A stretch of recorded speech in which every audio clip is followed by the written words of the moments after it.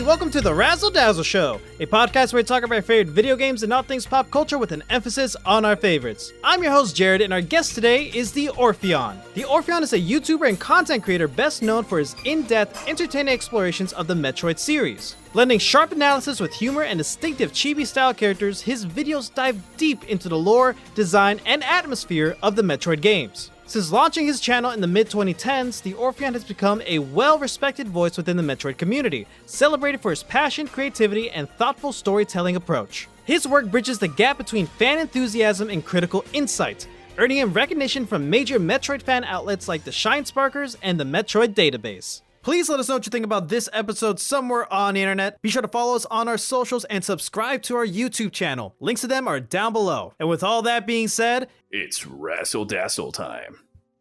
Hello, Albert. Thank you so much for being on the show. How are you today? I'm doing very good. Thank you for having me. Quick Kickstarter question before we get into it. Which boss out of Samus's Rogue Gallery would you like to hang out with the most? Gendrada. Yeah? Yeah, I don't know. Like, from all the enemies that Samus has fought in the entire Metroid, I think Gendrada is the only one whom I could probably go and have a drink and actually have a good time with.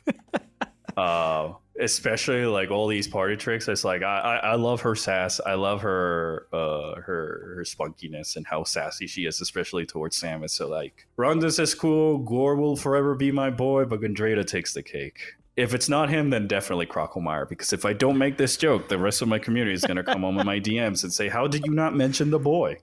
I was going to say that too. I'm like, that surprised me. I thought you were going to say Crocomire. Yeah, I think everybody's still surprised that Gendrada is my favorite non-Samus related character in Metroid with Quiet Robe now. Right, yeah. Who might also invite for a drink, but he's not a boss, so...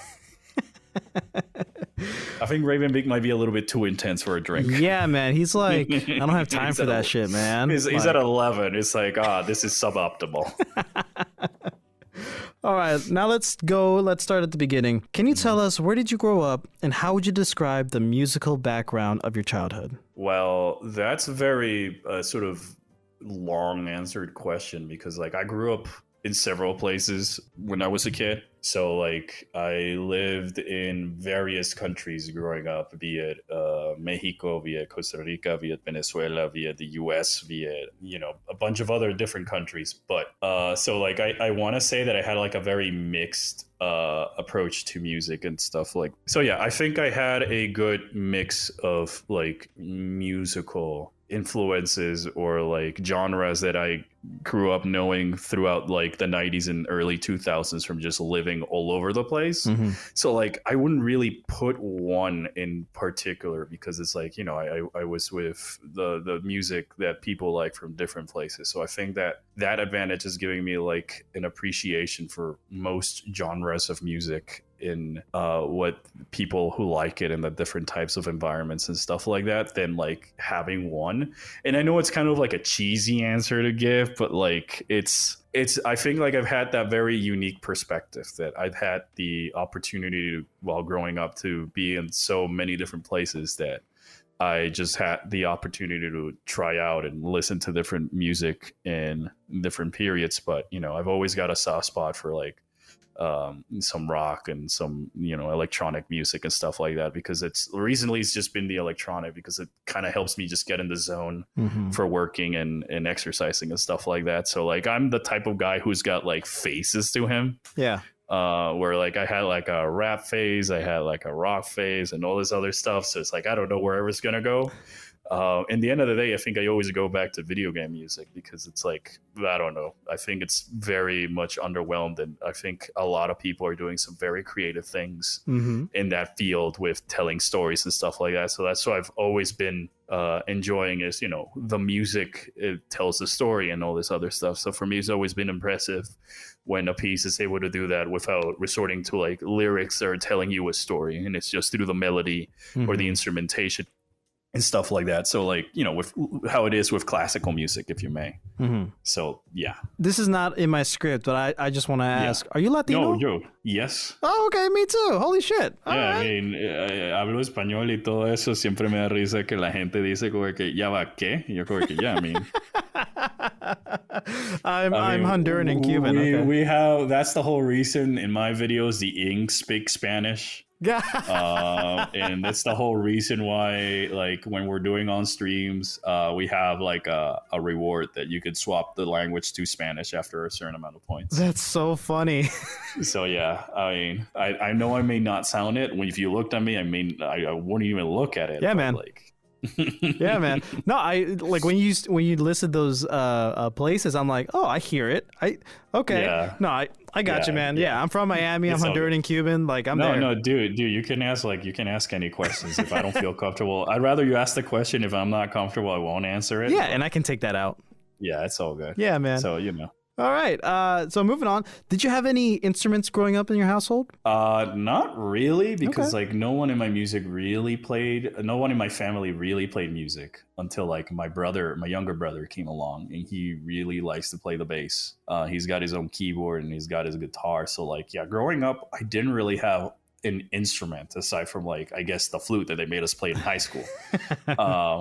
Unless you want to count that. But you know, my dad is a huge music fan. Like, he adores music with a passion, and he's got like this giant ass collection of vinyls and records as he's been collecting. So like, instead of growing close to the instruments, I guess I always was closer to the actual final product and the music and all that stuff. And I feel that in that way, I've always been fascinated about how like audio works and all that. Because it's, you know, since I was a kid, I was always fascinated with how things work. And like, one thing I couldn't wrap my hand around as a kid is like, how does this vinyl just make the sound and all this other stuff? So no one in my family was really like a musician of sorts. We are more like music fans until my younger brother came around. He's kind of like the musician. He plays in a band. He's always, you know, tuning out his bass or playing around on the guitar, and shows up in my room. It's like, yo, check out this riff I just and starts playing, you know, something he learned, and then eventually turns it into the, you know, Sans Undertale's music. Just Megalovania. Yeah. Any riff goes into Megalovania. He's done the same with the piano, because he knows the opening notes, that dun, and then it's like, come on. That's so I'm always waiting for it. It's like, because that's, I know how it is. Like, that's how so much as I learned. So what kind of music were your parents playing then? Well, it was, you know, mostly rock and stuff like that. My dad is a huge like rock fan, Pink Floyd, Led Zeppelin, AC/DC, a little bit here and there. Yeah. And I think that as long as we started getting older, I grew up with my sister. My younger brother is a little bit much younger than us. But, you know, she got more into music, and, you know, that's when we started really branching out into like pop and a little bit of R&B and rap and stuff like that. But it was mostly rock, just because like our dad really likes rock and really likes like alternative music as well. So like, I think that's part of the reason I like it a lot, because he's always like playing those albums since we were kids and all that. And, you know, these were also the days before Spotify and like iPhones, where you could just get any song you wanted on demand. So we were like restricted to either what was playing on the radio or whatever my dad had on a CD and stuff like that. Do you remember the first physical music you've owned that was yours? Your dad has had a lot. Yeah, my dad has. I'm trying to think of my own. Yeah. I think it might have been like an album from the Red Hot Chili Peppers. I think it was Stadium Arcadium was probably one of them. Yeah. That's like when I really started to get into my own like music and stuff like that. And I just went to like, I remember one of my friends was listening to it in high school. I really liked the sound of it. And then like, you know, I went and get the actual album. If it's not that, it's probably like either Daft Punk's Discovery, I'd say. Because like, you know, growing up, they played the Interstellar 5555 on the TV. And, you know, that's great movie. That was enough for me to love it. May the director rest in peace. He passed away recently and stuff like that. Wow. And, he also made like Captain Harlock, which I also watched growing up. So, and Space Battleship Yamato. So I'd say it's probably along of those two. Yeah. But my memory's a bit foggy, so I don't know which came first. Gotcha. But I'm willing to say it's one or the other. Is Daft Punk or the Red Hot Chili Peppers some of the first bands or musicians that got your attention when you were young, or was there something before that? I think Daft Punk was probably the first one that got my attention when I was young, and I blame Discovery for that. I also blame that for being like part of the reason I like electronic music in general, I guess, is because like when growing up, you know, I heard a lot of rock and all that stuff, but this was the first time I heard something truly different, and it really resonated with me. And just seeing I guess the music videos and how they told a story, again going back to what I said earlier, without much of a vocal track or lyrics, but I still got like the mood of the story. And then I go and I remember songs like from that album, like Veritas Quo, which is just completely different, more classical and stuff like that before it turns into the electronic. And I'm like, I was entranced by it. And so like I would say that, yeah, maybe I would blame Daft Punk for all this other stuff. You know, my dream was always to go see one of the live concerts. So like part of me is crossing his fingers that they would come back and do like one final tour before officially calling it quits. But like, I'm not holding my breath. I respect their decision.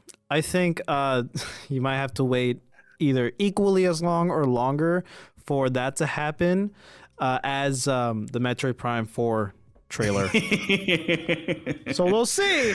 You know what? I think this might go for longer, but I don't mind. I'm one of the few people who really does not mind waiting for Metroid Prime 4, because that just told me that does the if anything, the waiting has told me it's like, wow, Nintendo's really serious about this. They're taking their sweet time to get something done before they show it to us, and they are not addressing it because there's nothing ready to be shown, but we know it's still being worked on because in 2019 they did something they don't normally do, which is make an update video regarding one of their games. And so like all these things is just telling me like, wow, they're taking this game very seriously. And if that's the case, then I'm willing to wait as long as they want. Like you can tell me it's like, it's going to be a 2030 game. And I'd be like, I'm totally fine with that. Especially nowadays that like we've gotten Samus Returns, we got Dread, we got Prime Remaster in between these. And like we're getting like the more Metroid merch and more Metroid stuff. So like, you know, it's not the same as waiting, you know, after Super Metroid or, you know, after Metroid Other M, where we didn't really know anything. And Miyamoto has this saying, even though he has nothing to do with Metroid or in the development, but he has this saying of like, you know, a rush game will forever be bad, but a delayed game has the potential to be amazing or whatever. Yeah. It's the same thing. It's the same mentality you see from people like in From Software. Exactly. Or even Final Fantasy 14 and 16, where they just release it when it's ready. Yeah. Old Blizzard used to have that mentality as well, you know. So and I mean Miyamoto does have some involvement, at least in the first Prime game, because like he was there's the whole story of him being the one who flies over to the US to see the development and even sort of become the mentor for retro and stuff. So we'll talk about Metroid some more. I know I side tangent, but I do that. I love side tangents. Don't even worry about it. That's normal here. So this next question requires a bit of context. So here we go. Oh no. Oh no. So I mentioned before we started recording, I'm a producer at WGCU, the radio station in Southwest Florida, NPR PBS station, and we have this other podcast that I'm also a part of called 3 Song Stories. It's where we tell people's biography through music. So the guest comes in, they pick 3 songs that whenever they hear these songs, it immediately transports them back in time to like a specific moment in their life that has like significance to them. So I want to ask you, off the top of your head, if you have one song story. I mean, I don't really like, this is really like, I'm gonna give you 2 because I'll do like a regular music one and then I'll do like a video game one that always comes back to me, because I could probably do this better with the video games, because that's how I grew up with my friends. That's how I bonded with my friends over the time and stuff like that. But like in terms of like regular music, there is what was the name? I mean, there's always you know, things from like the Beatles with Help and stuff like that. Because like I remember that there was this one time I kind of got like, we were traveling and I kind of got lost at the airport. I was a kid. And, you know, it's just like I'm lost for probably what was 10 minutes, but it felt like 25 hours. You know, I'm like, I do not know where my parents are. I'm in a foreign country. And then it just starts playing the song. And I'm like desperately trying to find where my parent is. And then my dad just shows up. I was like, I told you I was going to go to the store. They like buy ourselves a coffee. I just asked you to wait outside so that, you know, and I'm like, okay. So that's probably one. Not to sound like a broken record, but again, with Daft Punk, with the song Aerodynamic, because of the music video, sort of watching that late at night. And it's just this whole story that kind of like sparked a part of the reason I wanted to pursue a career in like animation and storytelling in general, because I just found the images to be very powerful alongside the music and like the beats and all that stuff. And then there's also, what's it called? It'll come back to me. It's like a song from Pink Floyd, but I don't really remember the name right now. I think it might have been either Shine On Crazy Diamond or Echoes. And I also like a time with my dad, we were just like on a car ride, and you know, it was like close to Christmas. Everybody else, I studied in Central Florida in university, and he kind of came in as a surprise for a week, and then we were going to drive down to Miami to spend the holidays in. And so we took that car ride, and it was like a nightmare. You know, Christmas, everybody is on the Florida Turnpike. Yeah. It's bumper to bumper, and then my dad just puts on that song, and you know, we started just really you know, bonding and jiving along to it. And then over here where I'm living currently and all that stuff, we're also, every time we go on a car ride and it's the two of us together, we just kind of, and we know it's going to be a long one, we kind of put that as the halfway point, so that way we can listen to the few songs, and then like we know that by the time we're going to be over the hump and stuff like that. So it's been like a little celebration of sorts. And then with like the game music, I'd say that like either the Oath to Order from Majora's Mask has always been permanently ingrained to my brain, because like that was a sleepover I had with my best friend, and we stayed up way past our bedtimes. You know, we were kids, so it's like probably like 10 or 11, but for us it was like it might as well have been 4 a.m. Because we just finished the last dungeon before it, Stone Tower, and then we got to do that, and we finally saw that scene, you know, the middle of the night, and it's just so powerful, and the music is so somber that it's kind of like stayed with me ever since. And that's not to mention the trillion tracks in like Metroid Prime, but there was this one in Final Fantasy 14 and Walker. I won't say with any spoilers, but it's the final trial of the main story before the post-game patches. So if you know, you know.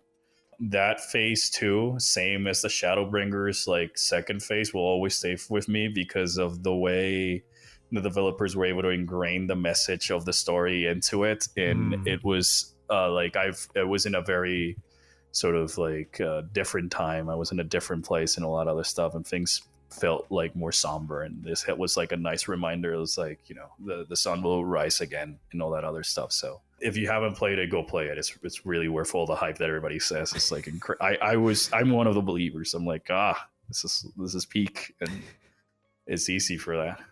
Understood. Oh, and shout outs to the NLA They theme. What? Shout outs to what? And NLA's They theme from Xenoblade X. Oh, yeah, NLA. Yeah, dude. That's yeah, man. When I moved, I had that. I lived in like the UK for a year, and that's when like Xenoblade X came out. So that was like the first time I actually lived in a big city. So I just had that on my phone walking around. It's like, dude, I'm like, that's so fun. You know, it's just that little like little town boy going into like living a big city for the first time, and I'm like, oh, it does feel like that. Nobody can see me. Nobody can hear me. Hey. Oh, wow. You gave me like 4 song stories, man. Thanks. I mean, I tried. Like, I wish I could give you more non-geek music and stuff like that, but it really caught me off guard. I'm not going to say hate. I'm going to say hate, just for lack of a better term. Yeah. And because of how strongly I feel about this. I hate how people like don't usually normally include video game music or into the conversation of like just talking about our favorite songs and stuff. Yeah. Like, what do you mean it's not like valid or whatever? Yes, it is. A composer still wrote that. A band still valid played as a that. song that's made for a movie or a TV show. Exactly, dude. Like, it's just a different art medium. For a different art medium, I should say. yeah, and it's amazing. Most of that, like, if you love a soundtrack from a certain game, not only is like there's layers to why you like this song or this soundtrack, because one, it just sounds cool, it just sounds neat, it sounds pretty, but also most of the time it's like interwoven with the gameplay. Exactly. And like there's so many layers to it. River City Girls, that soundtrack is fantastic. Shout outs to previous guest Megan McDuffie. She does an amazing job at electronic music in a fighting game. It just it works, dude. And like, yeah, I mean, there's a reason I have, like, I go swimming a lot, and I have this waterproof like MP3 player. It's like an iPod. It's like looking at an iPod Shuffle that costs $40, but you know, it does the job. I get to listen to music and go swimming at the same time, and it's usually like Tekken music or you know, 14 and other stuff that just like, I like the rhythm because it's good for like a BPM and stuff like that. Yeah, man. 14 also holds a special place for me because I played that during the pandemic, and it was the way I could stay in touch with my friends and my family and all that other stuff. So like, you know, all that music, it just holds to a place and stuff like that, especially if you know the story of like what the composer went through during the pandemic and all that stuff. It's like it hits even closer to home. Yeah, man. God, there's just so many layers. Hell, I've only been to like 2 normal concerts of like, you know, like a band or a group performing, right? But I've been to 2 like video game concerts, Pokemon and Zelda. I have had like the experiences in the Pokemon Zelda Symphony Orchestras tops anything else I've ever experienced. And I've seen Electric Light Orchestra live. I've seen the Temptations and the Four Tops live. Like, that doesn't compare to the emotional weight that Pokemon Zelda, that music hits for me. And like, I get it, man. It's so emotional. I was bawling. I was lucky to go with the Zelda one. Dude, it's so good. With my friends. So right now I'm trying to go to the 14 and the Nier one. Yeah, it's man. Like the Keiichi Okabe, I think they're starting to implement some of the music from Reincarnation, rest in peace. Yeah. And so like, you know, there's a lot of good memories tied to those experiences. Exactly, dude. Great tangent. Oh, holy shit. Yeah. See, that's what I mean, dude. Yeah, no, totally. I get you. So, did you have any video game consoles growing up? Oh, yeah. I had plenty. Yeah. Growing up, I had my uncle. He's like the closest thing I had him as an older brother, and he had like his own NES and stuff like that. So I never really owned like an NES or a Super Nintendo. I started with like a Game Boy Color and an N64. And then ever since then, I've had basically every other Nintendo system. Growing up, I distinctly remember one day, a morning, my parents asking me if I wanted more of like a GameCube or a PS2 for my birthday. And I chose a GameCube only because the day before that, I had gone to my best friend's house and he had like Melee. and I'm like, oh my goodness, there's a thing like a new Smash Brothers game and you can play as Ganondorf. Okay, sign me up. So like, I couldn't really afford a PlayStation, but my neighbors had PlayStation systems. So through them, it's that I saw like Metal Gear and Final Fantasy and all these other PlayStation systems. But yeah, I've been playing games and all this stuff since I was a kid. I never really, I consider myself a medium player. Like I am hardcore with a lot of games, but I don't like spending hours at a time playing because I don't have time, like the attention span or the time nowadays. But yeah, I had played a lot, and now with the Switch era, it's kind of like. Incredible for me because it's like the system I've always wanted as a kid, so that way I can be anywhere and continue playing all these RPGs or stories on the go. And with it, part of the reason I love it the most is because it's allowed me to really sink my teeth into a lot of indie games and stuff like that, because now I'm not restricted to sitting on my desk and my computer or a home console to play these. I could play these wherever I go, and I feel like some games really benefit more from just smaller PlayStations than the larger ones. So like, yeah, I grew up with a Super Nintendo. An NES that I had at my grandmother's, and That kind of like gave me an idea of how games were back in the day and stuff like that before we had like YouTube people to tell you about that stuff. And then eventually, like, you know, my parents just decided to buy a Nintendo 64, but I always jokingly said that they bought themselves a Nintendo 64 because my mom would not stop playing Banjo-Kazooie and my dad would not stop playing Star Fox 64. So like I would wake up at like 8 in the morning and my dad is already there halfway in Sector X in Star Fox trying to get the medals and stuff like that, sitting on this tiny Fisher-Price chair made for like babies because it was the only chair in the room, and just like grabbing the controller in the most unorthodox way possible because he's a very clumsy lefty. And then Me too, I'm a lefty. Yeah, no, he's a lefty. I'm not. But then, yeah, you know, he's always been doing that and collecting all the medals in Star Fox. That was his game. That's so funny. That was his game. So yeah, that memory is sort of ingrained into my brain because I just walk in. It's like, oh, morning, Dad. I didn't know you. He's probably been playing for like an hour or so, just trying to get one medal. He's like, this goddamn Slippy can't do shit. Yeah, it's either that, it was that, and then like Sector Z and Aquas that he was struggling with, and stuff like that. So I remember later on, like recently during the pandemic, I got the medal from Sector Z and I went like, Dad! I called him over the phone. I showed him. It was like, you did it. I was like, yeah, I did it. To this day, I still cannot beat his high score in Star Fox. Wow, that's a goal to achieve. You know, that's you know, and a part of me is like, you know, he didn't. This was back in the day. There's obviously way more optimal high scores and stuff like that, and I just kind of like the fact that I play this casually and I don't like break into the top 10 that my dad did when he was on the peak of his hardcore, and he did not have any sort of like internet guide to tell him what's the best optimal route. And he just figured that stuff on his own. He just figured that out on his own. He's got like a score of almost 1800 or something. That's like so that. Cool, man. Yeah. Oh, I love that so much. So that's how you got into video games. So I'm gonna be transparent. I found your interview with, I'm assuming Ryan at the time, Ryan Barrett, the webmaster of Metroid Database. Shout outs to him, who was also on the show. I found your interview on the Metroid Database website. And, you know, I like to do my research on each guest and like to know enough about them so I can ask questions. Yeah, not basic ass questions like, when did you start YouTube? I'm gonna ask that, but like, you know what I mean. So I saw this and I was skimming along because I didn't want to spoil myself too much, and I saw the question of how did you get into Metroid, and I absolutely love the story you told. So I want to ask you, how did you get into Metroid? All right, so this is actually something I do have planned to make into a video at some point.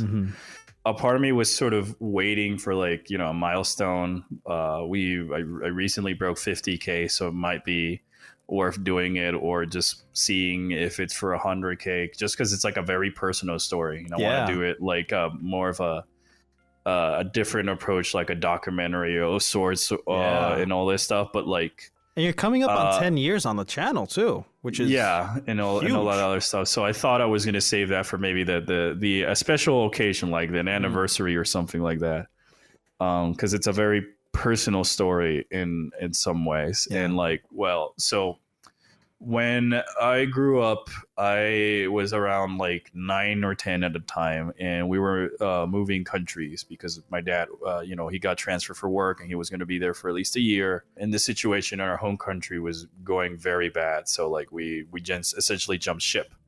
But before we did, you know, I got to invite my best friend over, and he's like the same one who showed me Melee and Majora's Mask and all this other stuff. So he came over and he's like, dude, check out this new game I got. And it was Metroid Prime, and he was fighting a boss, which nowadays I know as Flagra, but back in the day it was just a giant spaghetti plant monster.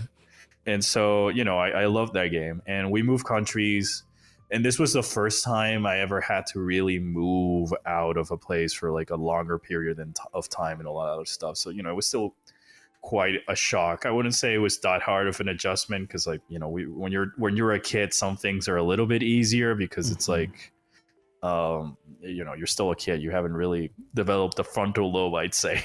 Yeah, the weight hasn't, like, it doesn't Yeah. impact you as much.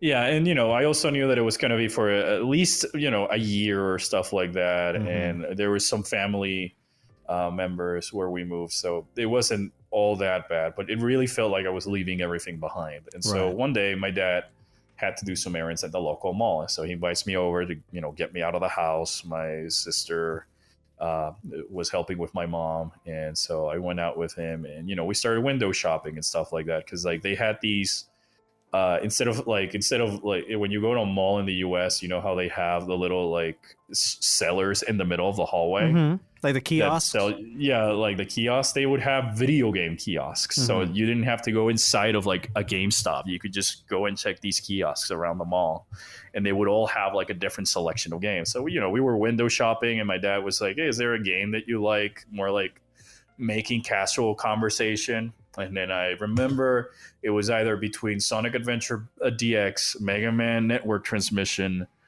and some other game that doesn't really matter. I think it was like Wave Race, and then Metroid Prime, and I just went for that one because that's the one my friend played. And this was like sort of a blind bet on my own, because I never really liked first-person games. I never really liked shooter games. But there's something about that just like piqued my interest. And keep in mind that when my friend brought the game over, I didn't really see much beyond Flagra, because he couldn't beat him. So I remember getting that, asking for that, and then I kid you not, 2 days later or so, I'm being rushed to the hospital because I need to go surgery for appendicitis. I need to get my appendix removed, and nothing too serious when you're an adult. When I was a kid, I thought I was entering one of those movies, life or death situations, so I was very anxious, very panicking. My dad is rushing me with my mom. I was with my mom, and she had to stay behind because like my siblings, what we do with my siblings. So my dad is the one rushing me to the hospital. My mom would go meet us there because she had to go pick up my sister at school. And we're going, way beyond the speed limit. He's dodging like an F-Zero, and he hands me over a bag. He says, here you go. And he had been driving back from the mall because he got me the copy of Metroid Prime that he intended to save as just a little pick-me-up gift. And what better time than now that you're dying and all this other stuff. So, then I go into the hospital. And later, everything goes fine, thankfully. And, I was still scared because I'm 10. This is the first time I even have to do something like a surgery. So, all you have is that sort of fear from the movies. And I could not understand it's a simple procedure. And, my mom comes over later. She brings the GameCube because I was going to sleep like 2 nights. My dad is rushing me to the hospital. I get to the hospital. I'm sort of panicking because I'm 10 years old, and this whole process of a surgery is still like a new concept for me that I've only seen romanticized as a bad thing in movies. So thank you, movies. But he hands me the game, and then I go into the emergency room, and when I wake up in my room, and my mom brings over my GameCube because I'm supposed to stay in the hospital for like 2 or 3 nights as they look over me, and my mom was going to stay at home with my siblings while my dad stayed with me in the hospital and stuff like that. So, I still vividly remember that first night under all that medication and all that stuff, just throwing up the entire night, and it was just like terrible. But like I also remember fondly like that whole experience of walking through the frigate Orpheon, and I knew something even back then. I knew that something clicked with me because despite, my family being in the room and my siblings coming along and all this other stuff, I was just completely like disconnected, entranced with the game, entranced with the atmosphere. And I have to say, like, I probably don't even remember that the TV had any audio or anything because I was just playing it in the background. Sure, I was still talking to my family and all that stuff. But like when they started just like talking about adult stuff, 10-year-old me is just focused on the game. Yeah. And it really just, I don't know, it clicked with me. And I remember that in the hospital, I only made it as far as the Morph Ball Beetle like endurance round, and I kept dying. I kept dying at it. And I kept dying. And I remember my dad trying to, cheer me on and all this other stuff. And part of the fun thing is like, all right, this is technically the first time I ever played a Metroid game. And I still don't know what an energy tank is, because obviously I didn't read what it was because I was just too sick to care. I grabbed the thing, it did a jingle, good for me. You did the thing. I did the thing. But like, yeah, so like a key memory of me is my dad like realizing how energy tanks works and like explaining it to me. And then that made sense because like in my brain, I thought it would be more like a Zelda heart system rather than like, all right, each one of these squares is 99 health. And so like I kept dying at that. And when we moved, when I was I don't know how, you say it, but like once I was allowed to leave the hospital. Yeah. You were released. Yeah, when I was released from from the shackles that bound me. I mean, when I was over here, they say cuando te dan la de alta, and like I got to go home. I restarted playing the game from scratch because I don't know, that intro scene seemed very like captivating to me, and I think that a part of me just wanted to have a fresh start on the game where I'm not like just nauseated because of all the medications and my body hurting because of the surgery and all this other stuff. But I started playing it, and as I kept playing, I kind of felt more and more attached to Samus as a character, not knowing anything about her because just like me at that age, I was, moving into a new country, a new reality, if you may, a new way of living and all this other stuff. And in a similar sense, I got that Samus was doing the exact same thing with, going from the Orpheon into Talent 4 and discovering this planet and all that goes beyond it and trying to adapt to this new world. And so I also like felt connected to that in a way that I didn't really feel with any other character beforehand, or at least I should say to that that level. And then later on, just a few months later, my dad is once again doing the same thing. We went to the mall, we checking out the kiosks, and he told me about another game, and I immediately went for Metroid Fusion because I had seen it a few times on like Club Nintendo magazines, which is like the Latin America version of Nintendo Power. And then I also had a GameCube demo DVD that they gave me at like a Toys R Us on one of our trips to the US. Cool. And that had like that was my crash course into Metroid as a franchise, because it had like a video and recaps of like Metroid 2, Super Metroid, and then Metroid Fusion and Metroid Prime. Wow. So that's how I kind of got caught up with the stories of the games and Samus as a character and what are Metroids and who was Mother Brain and all this other stuff without ever having the opportunity to own an NES myself, because my uncle did not have Metroid for his NES. And so like I saw Fusion, and I remember really liking the idea of a Metroid on the go and all this other stuff. So I got the game. And wouldn't you know it, it's a game where Samus is starting off with a surgery. Yeah. So it was almost like it was meant to be that this character in some fashion would parallel some moments when I was growing up in my life. And, the similarities or the conveniences or however you want to call it don't stop with that game. I feel that for one reason or another, whenever there's a Metroid game that comes out, it somehow reflects with either Samus's journey or the world somewhere that I've been. Mm-hmm. And I feel that made me feel so attached to the character, especially because Samus, even though she has like a backstory and all this other stuff, really felt like a blank slate. And she wasn't like this hero of destiny who, once they collect the Master Sword or whatever, they're destined to defeat the big baddie.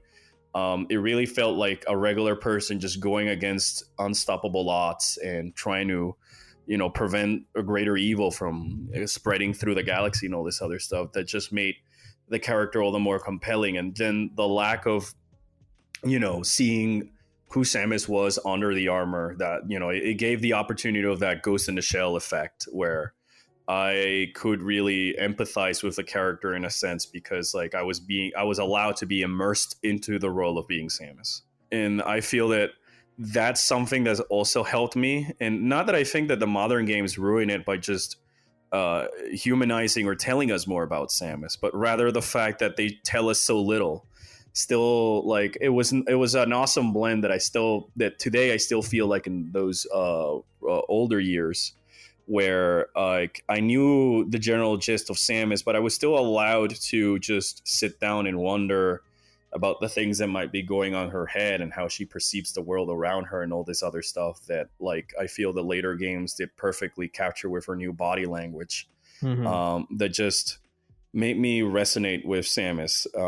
And it did help that like where I moved on, when I moved into the country I moved in when I got Metroid Prime happened to have a lot of like, you know, forests and some foliage, and it rained a lot and all this other stuff. So it really felt like I was living in Talon 4 for a moment.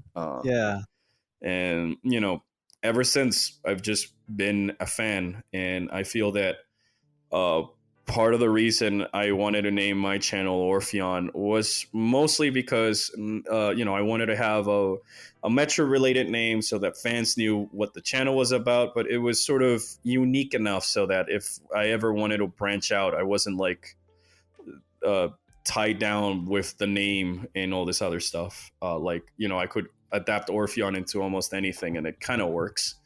But at the same time, you know, the Frigate Orpheon was my introduction to the universe of Metroid. And I kind of wanted my channel to be more or less the same for any newcomer who's trying to get into the series, or veterans who might try to find content regarding the franchise that we love and maybe learn a few more things along the way. So, you know, it was a happy accident that the name just sort of worked. But like I'm forever, I guess, grateful that I got the chance to experience Metroid Prime when I did, because it really influenced a lot of the type of content that not only I wanted to make on YouTube, but the type of stories that I would like to tell as a writer myself. What a great story, dude. I mean, like, it's just a convenience after the other. I think people say great because it's like I went under surgery when I was 10 after living 2 days in a new country. I mean, but not even just the surgery, just like being a fish out of water in a new place and like that. I felt like I tried the series at the right time in my childhood. Not to feel like if I didn't try it earlier or later, it wouldn't have the same click. But I think it was so strong just because I was a fish out of a moment in time where I felt the most fish out of water that I've ever felt since. Yeah, man. And I really like when you were telling me about, when you're talking about Samus being this blank slate for you at first, that kind of, we were talking a little bit before recording, that kind of reminds me of Boba Fett in a lot of ways, you know, because like in Return of the Jedi, exactly, we don't know anything about Boba, or I'm sorry, Empire. When did he first come out? Empire? Yeah, Empire. Yeah, in Empire we know nothing about Boba, and we still don't in episode 6 we still barely know anything about him. He's just a cool ass bounty hunter, exactly, who likes to disintegrate things, because Darth Vader barely mentions to him no disintegration. Exactly, and the mystery is what makes him cool. It's cool to now know his backstory in retrospect, but like that first time seeing him, the first time seeing Samus, is just like, oh, they're badass, and they like got this shit handled and stuff, you know. Very quiet individuals, you know. There's a lot of similarities there, of course, but man, that's an incredible story, because I can't think of like how I got into like my favorite series. It's Zelda, right? Nowhere near like how I feel like I am also Samus or it's Link, and I relate a lot to Link. I do, but that's not like an immediate thing that I found. I didn't find an immediate connection. At first I was like, oh, this is cool, everything looks cool, and when I did some more digging, that's when I'm like, okay, I can relate. So that's an amazing story. I totally understand, because like if I didn't do a Metroid channel, because I didn't become a Metroid fan then and there, it probably would have been a Zelda channel. Gotcha. Because like, you know, Zelda, I have a huge soft spot for Zelda. You know, Majora's Mask will always be my favorite game, or one of my favorite games of all time. Yeah. Because that game also resonated a lot with me in a similar way to Metroid and the world building and all that aspect, and Link really being a blank slate in that game. But I still also remember that when I later got that year Wind Waker, or a year later or something like that, I had like a similar type of experience with it, but it was nowhere near as profound as Metroid. And I like to think that for every niche game or franchise that I, brain rot over, there is a story tied to why that brain rot. Yeah. Aside from me going like, this scratches my specific niche and taste. This gives me serotonin. Yeah. Metroid Fusion is also my favorite Metroid game too, so I love that for you. It's the Fusion and Echoes will always be my favorite, and part of it's because of the atmosphere those games have and the stories they tell and the way they go about telling it. So help me bridge the connection between your love for content creation, writing, making projects, Metroid, and how you got to the point where you're like, I'm going to start a YouTube channel. All right. There's actually a story for it, and it's kind of funny, I guess. So this was like back in my days in college. I went to study animation, film and animation, because I always since a kid I wanted to tell stories. I was enamored by the power stories have on people, on societies, and on cultures, and all that other stuff. And so I knew that I wanted to create stories, and I was debating about taking a course in writing and all that.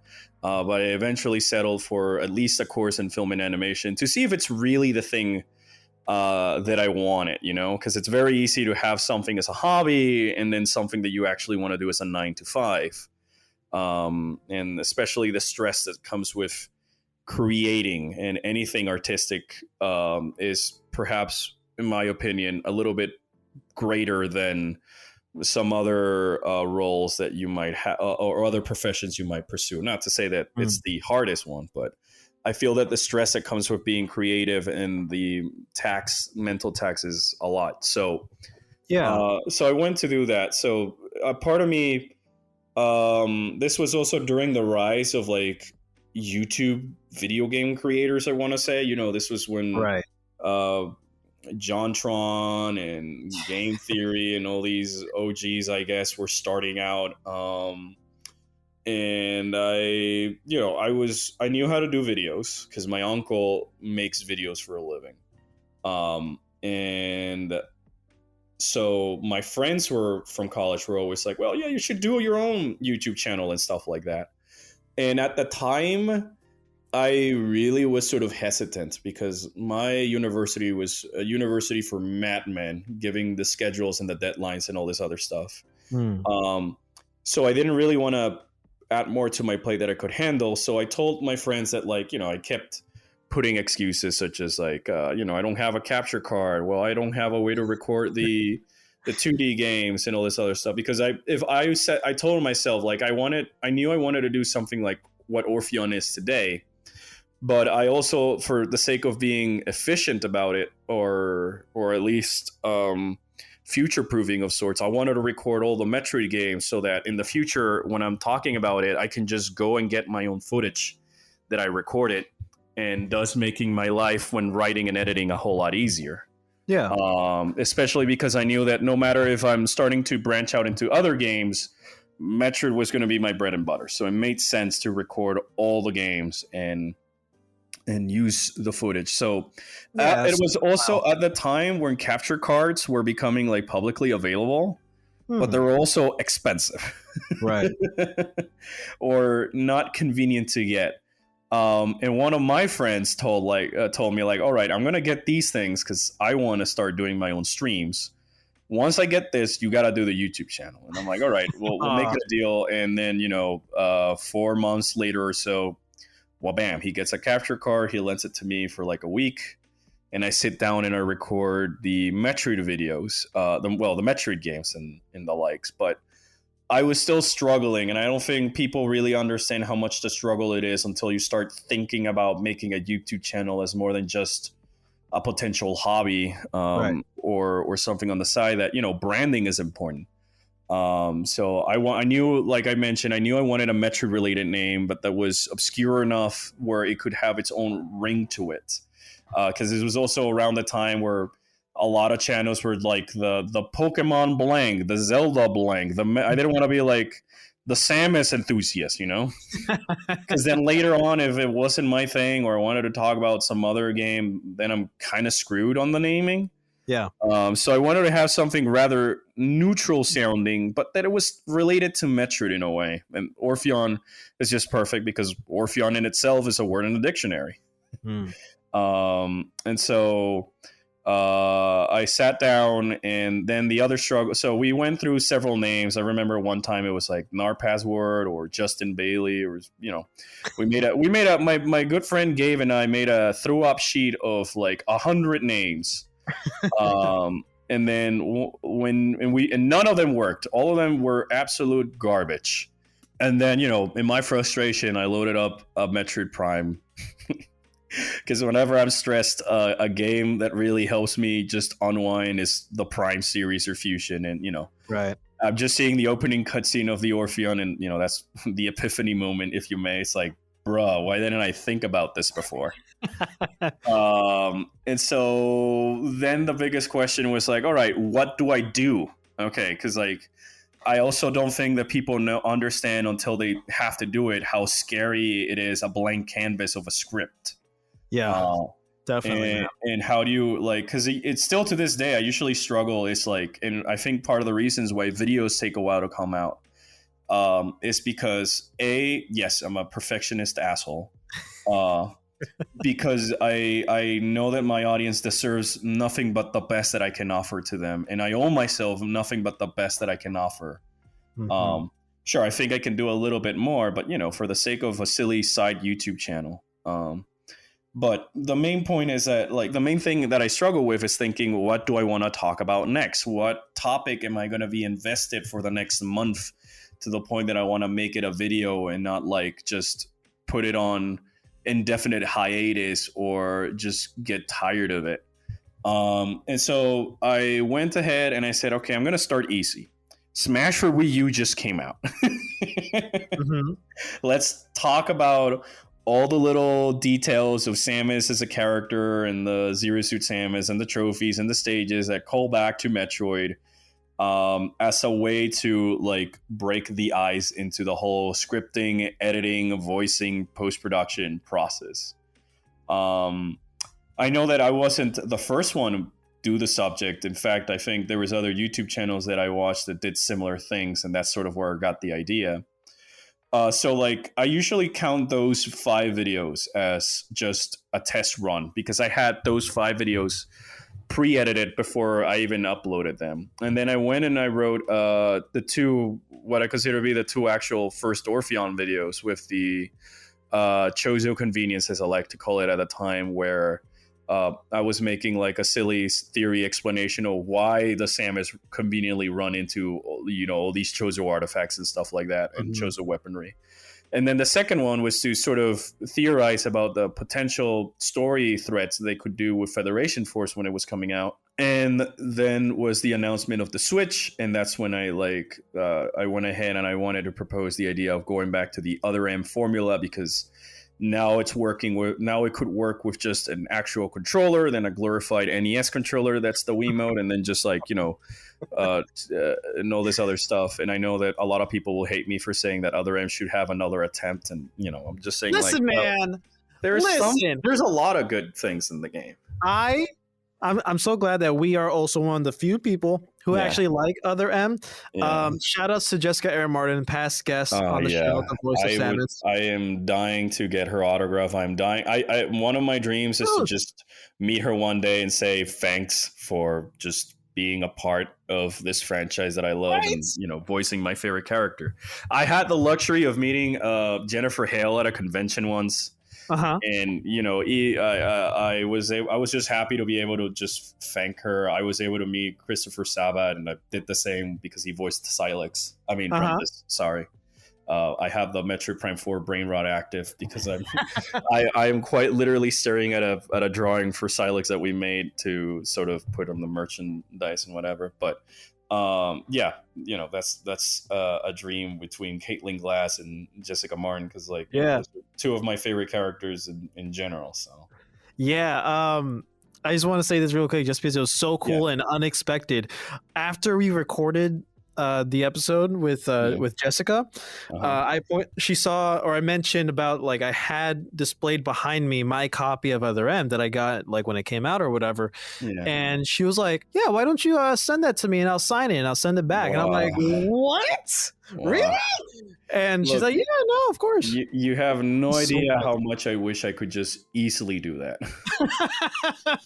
I know, man. How much I would give for not only having the chance to have a pleasant chat with Jessica Martin and try and ask her questions as a fellow, creative, to see how I can help my talent with voicing and stuff like that. Because part of the reason I want to meet all these voice actors is because I have a huge amount of respect for them, and I think their talent goes heavily underappreciated.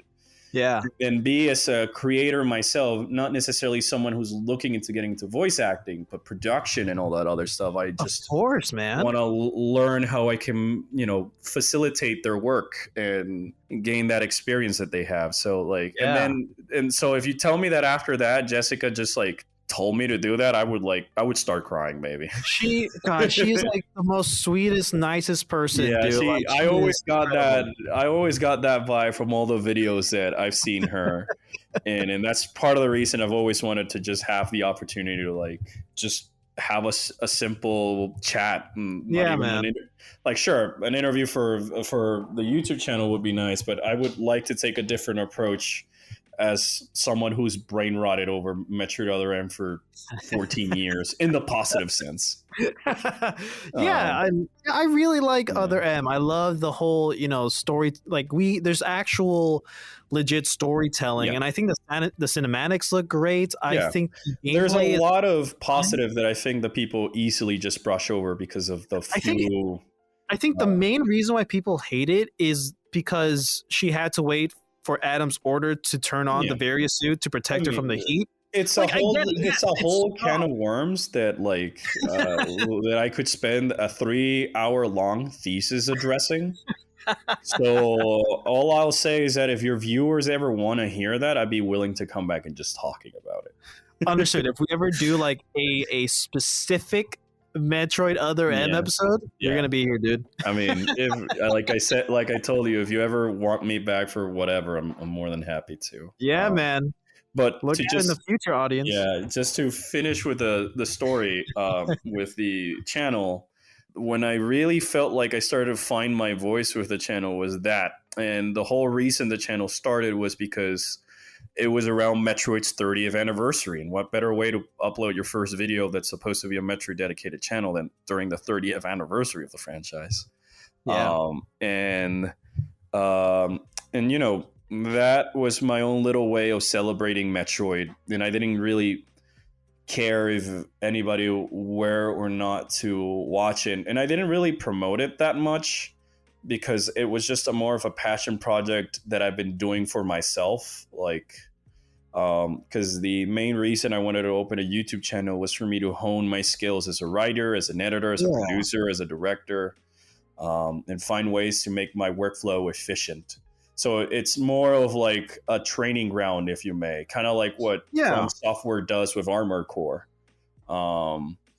Or, Atlas did with Catherine before they made Persona 5 and stuff like that. So I went ahead and I uploaded that, and then since then it's just been talking. I consider myself very lucky of where the channel has gone and the amount of people I've been able to talk and collab with, and my biggest joy is just that I've known that my videos have been able to help other people's get into this franchise that means so much to me.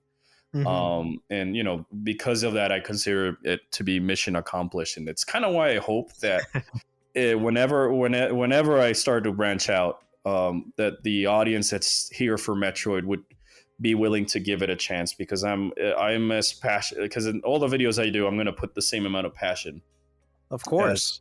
the ones I do for Metroid. And I feel that, like, all right, if they like Metroid and all this other stuff, then hopefully it can lead them to discover more content and stories that might, bring them joy and stuff like that. And nowadays it's more of pursuing my own stories and my own projects, my own original stuff, because my goal is to just make people happy or entertain with these stories, and give them something to brain rot over, and that would be the dream job for me, if I'm being fully honest. Yeah, man. I can tell you that it has worked for me.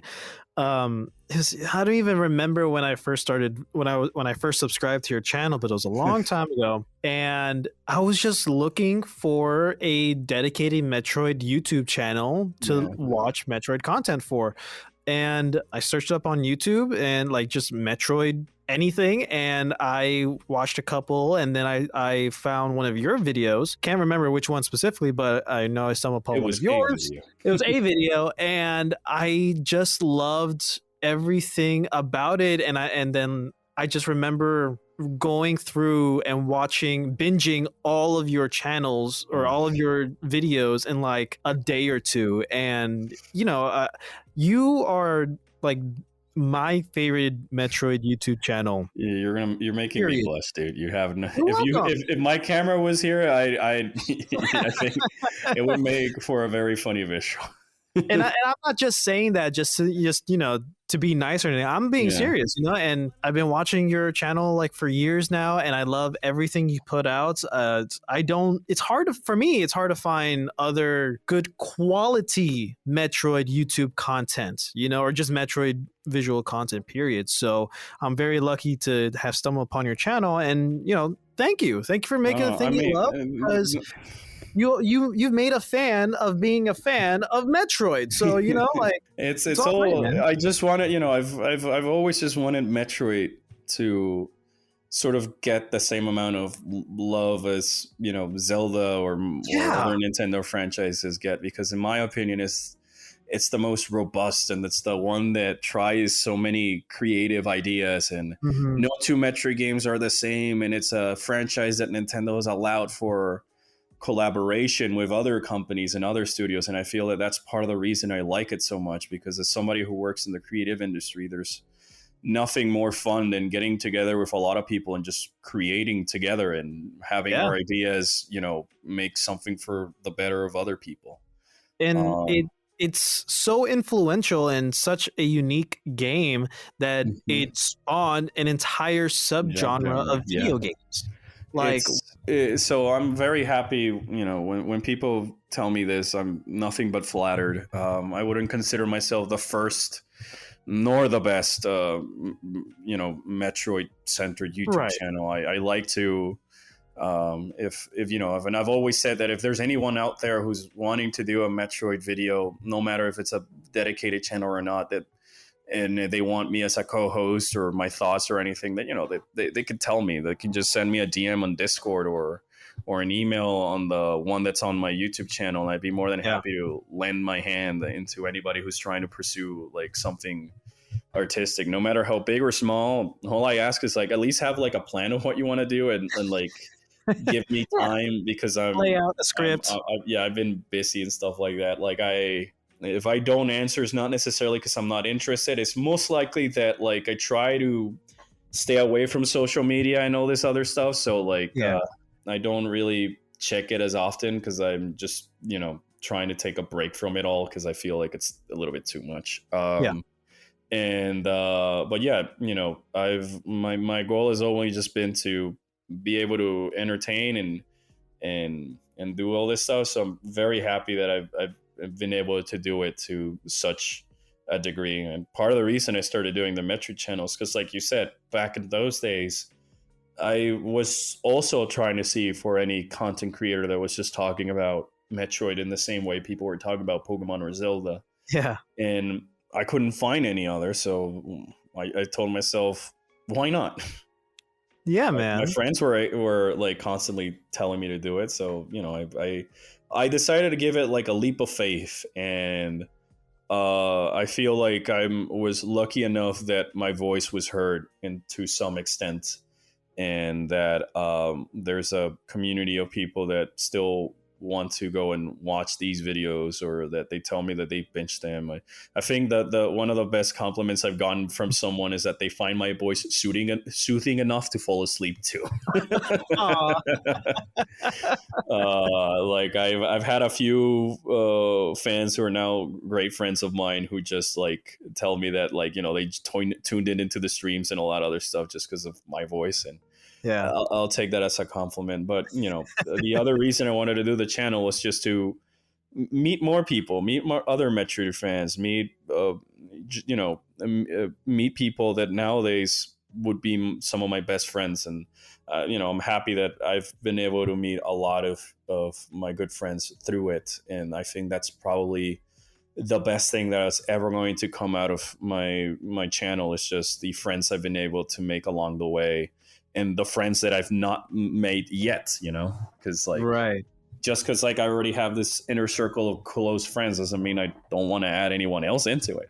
And it's not just Metroid that you're into, you know. Yeah, you know, there's Xenoblade Nier, X, there's Monster there's Hunter, Nier. there's Xenoblade X, my beloved, the critically acclaimed MMORPG Final Fantasy 14, and then And there's other. you include those in your videos on the Orpheon too, which Yeah. is like, I love that nice little touch of like, you know, showcasing, yeah, this is a Metroid channel, but also here's some other cool stuff that I like. Yeah, you know? I've always wanted to incorporate the live action stuff into my videos because, you know, I do have a background with, you know, film and all that other stuff, and that's kind Right. of even though cinematography is not my main work, I'm more of a post production guy and a writer.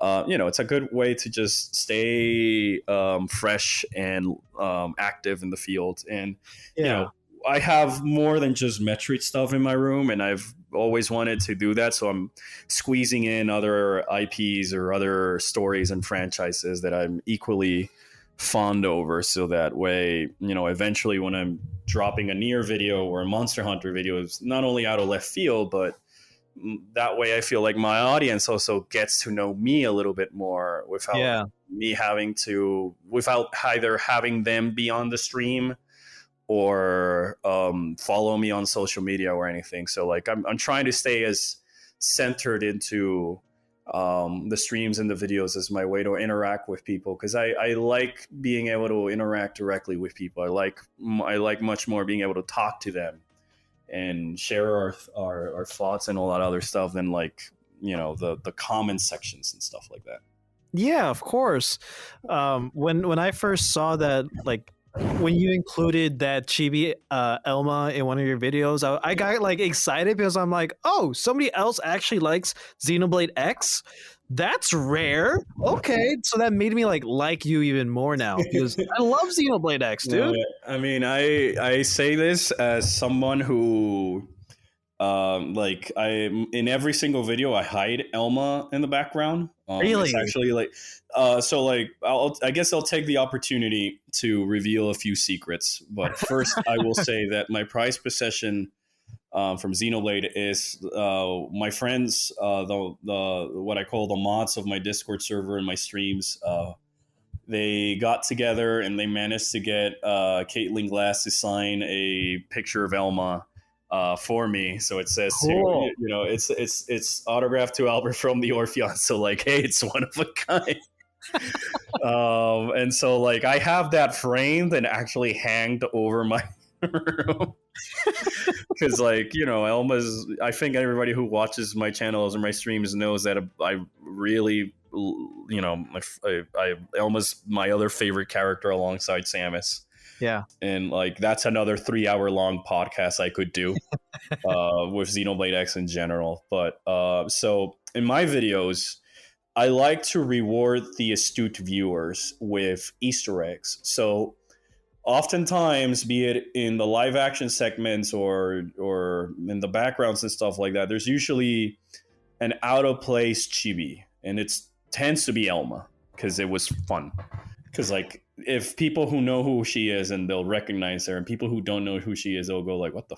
And then so like basically every video almost every video, because like obviously I didn't start with it from the beginning, but like I've been hiding at least a chibi of Elma, and now recently a chibi of either my character from Final Fantasy XIV or some of my own unique original characters from the projects I want to create, to kind of start teasing to the audience alongside other hidden stuff. So like my videos have a lot of intentional Easter eggs and intentional cameos of characters like that, and it's sort of my own little game for the audience to see who's really paying attention, to see who's really rewatching the videos, because they'll probably be the ones who spot them and it's sort of like a Where's Waldo. And I guess that a part of the reason I wanted to do that is because A, I'm a huge fan when people put Easter eggs in their projects, and then B,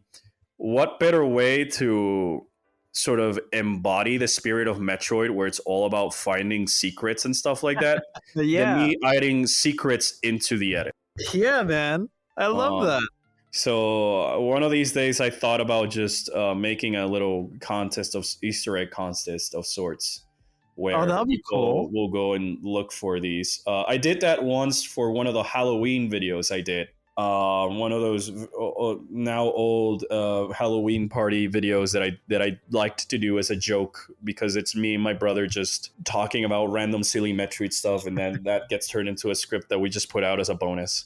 But in that video, I hit Chozo Ghosts. I legit hit Chozo Ghosts around the video. And I tasked my audience with finding as many as they could, and whoever found all of them first, and they could send me screenshots as evidence, I sent them like free merchandise that they wanted and stuff. Oh, that's cool. So like I'm hoping that I have another opportunity where I can do more giveaways like that, where because I think it's a fun way to interact with an audience, aside from like you gotta like and subscribe to the video in order to enter the contest. It's more like, I wanted to make it an actual game. So a lot of the videos also have like an AR game type of thing, where it's hinting to some of the other stuff that I've been working on. But so far, I've seen a few people actually cracked it and decipher it. And then there is a reward if they get to crack and decipher it and stuff like that. But like, I feel that this way I can make the videos a little bit more fun and reward those who are willing to do the extra and either try and, talk with me on Discord or show up on the streams and stuff like that, and make them realize that, like, hey, there's a little game built into these videos. Right. So, cool, man. I didn't know that. Now I want to every little thing in the channel, even down to, like, I'm a sucker for details. No surprise. I'm a Metroid fan.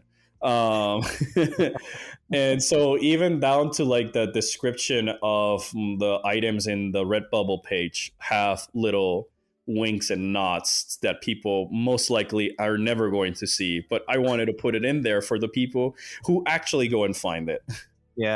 So like, I've always been joking around that Silex is actually Elma in disguise. And that's why we haven't gone to Xenoblade X and 2 or whatever. So like, yeah, that's also on the Silex store page, that little joke and gags and stuff like that. Right. Oh, that's so cool, man. So I try to put a little bit of that playfulness into all the different videos that I do. Yeah. So that I think they add a little bit of a replay value, and in a way, to me, it shows like how much attention is my audience paying into the videos, or who has found them and why, and all this other stuff. God, now I want to go back and rewatch your videos now and see what I can find. Well, I can guarantee that at least in every video, like at least when I started getting more like centered with a theme, that's when I started to hide the Elmas in the background. Some of them are easy to find. Others might as well not exist. Gotcha. Okay. I want to talk about Prime 4 Beyond for a second. I don't want to talk about that. I want to talk about F-Zero. Okay. I'm not just It's like kidding. 1-0. I'm just kidding. So we recording this, we only got the first initial trailer. The actual trailer, the actual announcement trailer. You're right, the second trailer technically. Yeah. Not the teaser. Just the actual the one that has Silex showing up and being so cool. The one where we got the name drop and the release year of 2025. Yeah. What are your thoughts, man? How hyped are you for this? If you are, I can answer that with just one number: 17. It's been. Wait, I forgot. Can I swear on here? Yes. It's been 17 fucking years. 17 long years since the ending of Metroid Prime 3, since like I was in high school, that they've been teasing this blue and green son of a bitch. And now he's finally in HD. Sorry, I think that's the best way to say that I'm actually super excited for the game. You're good, man. I'm so excited too. I am excited as a Metroid fan because it's been 17 years since they teased Silex, blah blah blah blah blah. But I'm mostly excited because it's been 17 years since like the last proper Metroid Prime game, because I like Federation Force, but it's a spin-off in the end of the day, in the same way that Metroid Prime Hunters is. Yeah. And Hunters has always been a game that I've been on a love-hate relationship with. Really? I made a video about it, the Hunters remake needed, or something along those lines. Why Hunters needs a remake of sorts.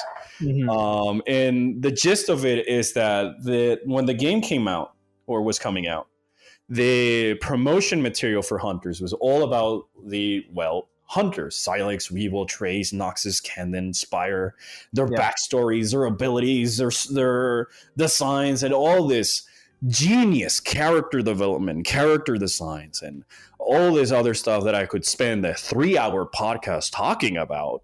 But at the end of the day, when you play it, it doesn't really delve deep into any of their stories and any of their abilities or stuff like that. It's more of like a shooter, it's almost like a Quake mod more than a Metroid game if you think about it. And in some regards, I love it for it, because it gave me. I played the ever living shit out of it when it was like when the servers were up and all that stuff. If you did the Noxus freeze glitch, I fucking hate you. For those who don't know, Noxus could look down and use the charge beam and freeze you from a mile away. Yeah. And so, when Prime 3 ended, and this was like a year after Hunters, and I see that the Lano 7, Silex's gunship, chasing after Samus, I'm like, oh, so now we're going to get like, that was just like the appetizer. Now we're going to get the main course. And it's been 17 years. Yeah, man. So I'm super excited. Yeah, me too. I think last year or so I played through the entire trilogy, so I'm like ready, and of course with the remastered come out, hopefully we get or have already gotten by whenever this episode comes out, Metroid Prime 2 and 3 remastered before 4, but I have no idea what to expect with this game. Like, it's beyond okay, what the hell does that mean? I have a few theories. Yeah, but I'll let you finish. Yeah, no, it's the titles of the previous games, they are pretty on the nose with what the game what the game's stories themes might be about. Yeah, so Echoes, of course, it's the dark echoes, different parallel universes, light and dark ether and all that stuff. So I get that. And corruption is very simple. Phazon corruption. Yeah, that's like Samus is literally corrupted. Like Phazon. Beyond. So shout outs to my friend Pawn, who would love to be in Samus's place. She absolutely adores Dark Samus and Phazon, so every time it comes out, I'm contractually obligated to. She's also the one who voices Dark Samus in my videos. So. Oh, that's fun! I love that.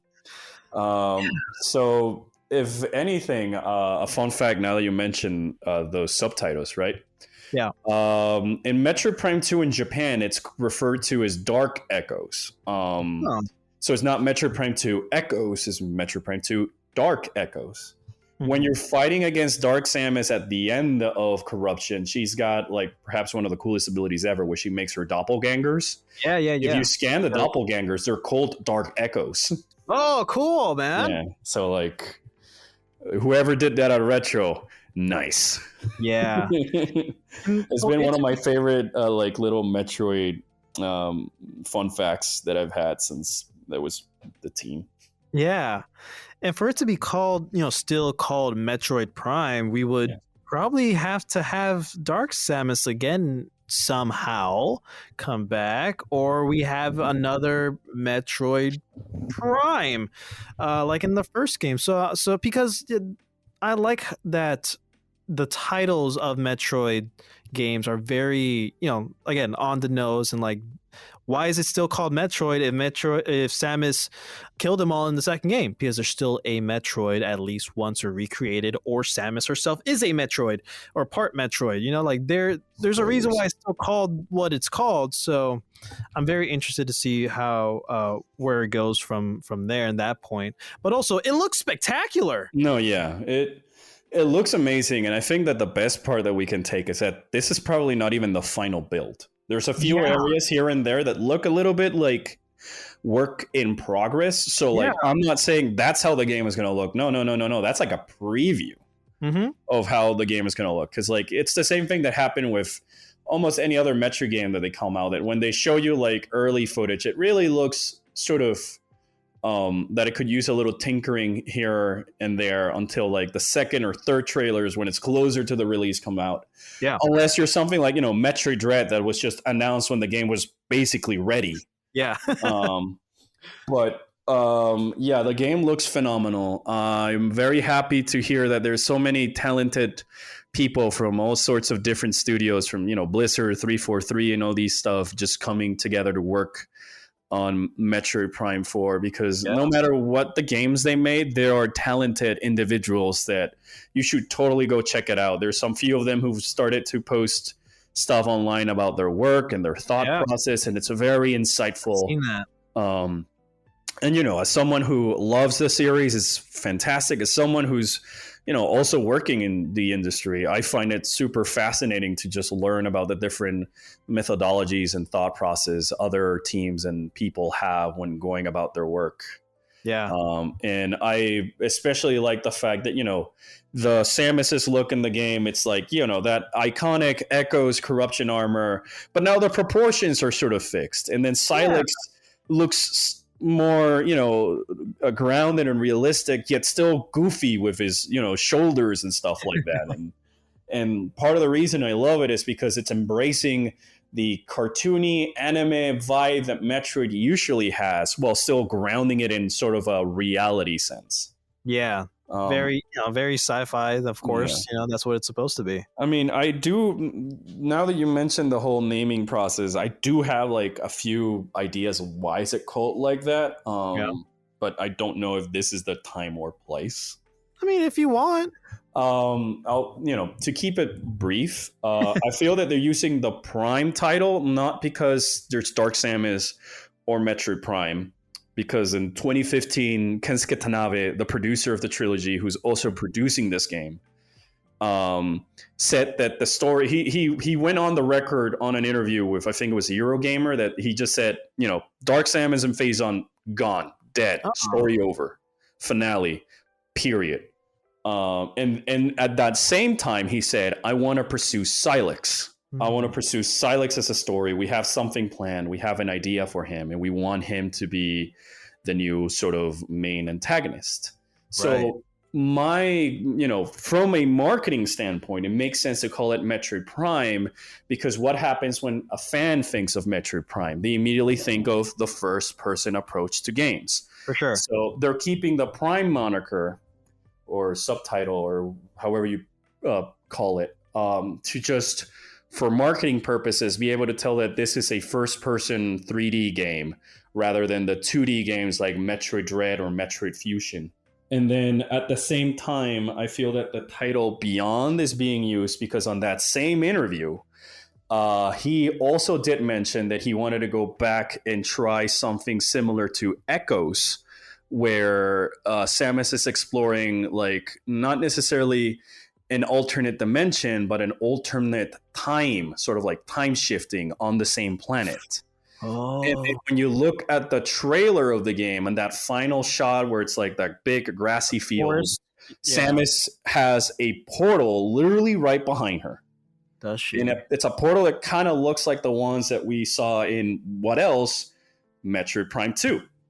Mm-hmm. So it's not necessarily like, and a part of me always had like the silly fan theory that it's either in its prime, because that shot of the tree is very reminiscent of the establishing shot of Temple Grounds, where the camera pans up and reveals this giant tree with like a structure at its top, which is where the Great Temple or Umos is at. But I kind of find it unlikely that that's going to be the case, but it could just be another echo to the game that sort of gave him the idea. So like, if this is the case, and if those ideas are still around, given that he mentioned the time shift in the same interview, he mentioned Silex, and Silex is in the game now. And this was like during 2015, so this was probably around the time that Nintendo and everybody else was actually considering the initial production of Prime 4, which then got teased in 2017 and then got canceled in 2019. So I think that the beyond could just be that it's going to go like beyond the timeline, beyond what we expect. And the reason I think of this is because when you consider this in the trailer, Silex and the pirates are raiding a Federation facility, and there's a shot where Samus is on like her morph ball in the air docks, and you can see the Federation just like trolling away something, like I'm calling it an artifact, while the space pirates are breaking into the room.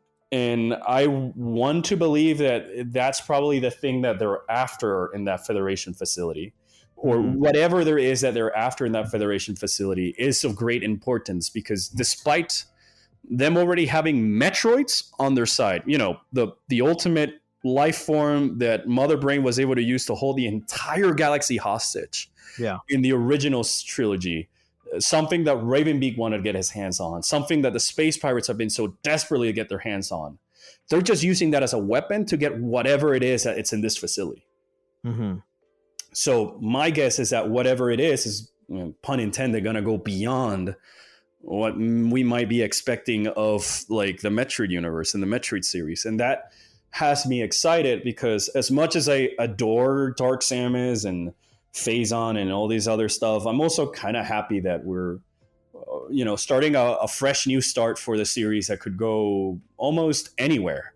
And it's the lack of information what makes me excited about it, because everything I've seen seems promising, seems polished, seems thought out, and Kensuke Tanabe over the years has just seemed excited to be able to get to put this idea onto a game. It's interesting that he said that Phazon was done, because remember in the first announcement trailer of just like announcing Metroid Prime 4 as a thing, the 4 was like burning blue, like Phazon or whatever. I wonder if between then and now, of course, within the 17 years, they've just changed. Like, you know what? Let's go in this different direction. I mean, maybe also Beyond can be like beyond the like you said, like they're just using Prime as the title to work with, like for marketing, that this is the first person game series, and maybe Beyond is kind of means like we're beyond the actual Metroid Prime Samus Phazon things, and we're moving on to this new thing of Silas being this could even be beyond the regular timeline, because like when you look at the sequence, the information we have, Federation Force, which is the last time we see Silex, is in the cosmic year. That's the last time. Okay. 20x6, and Super Metroid takes place in 20x7. Yeah. This is taking place in 20x9. So it really puts into perspective, because we don't know yet when Fusion and Dread are supposed to take place. Right. We just know that they're at the end at Yeah, this point. we just know that they're at the end of the timeline, but what dates, as far as I was able to research at this point in time, and asking my stream chat and other people that I know that are as big into the lore, we haven't been able to find any other information, because when Samus Returns came out, they also mentioned 20x7. Mhm. And then the 20x7 mentioned for Super Metroid is in a Japanese promo video when that game was coming out. And then Federation Force at the titles, like the main title screen says Cosmic Calendar Year 20x6, and then Prime Force says 20x9. So it not only implies that there's been a time gap between these two games, which explains why Silex goes from having one Metroid to probably cloning and having mock Troids with him, if those are indeed mock Troids behind him. And then also, so it could also be the fact that we're going beyond the timeline. We're starting the actual next chapter of the Metroid storyline. And I feel that another thing that kind of confirms Phazon being over was, again, Federation Force, which, might I remind you, came out a year after this interview with Tanabe happened. Right. And that game states in its opening that, well, Phazon is gone. Right. And now the Space Pirates are, scrambling to, hey, what do we do, until they find the amplification beam for that game. Right. I think the tricky part about trying to make a chronological order for these games, since they have the X in that third number slot, it can mean anything, right? Like X isn't a number; it's there just because, I don't know, it's far in the future. So it's a common practice though, in like the first 20x6, right? That can be the equivalent of 2016. Yeah, or it could be the 20x9, that can be 2029. We don't know. That's a tricky part.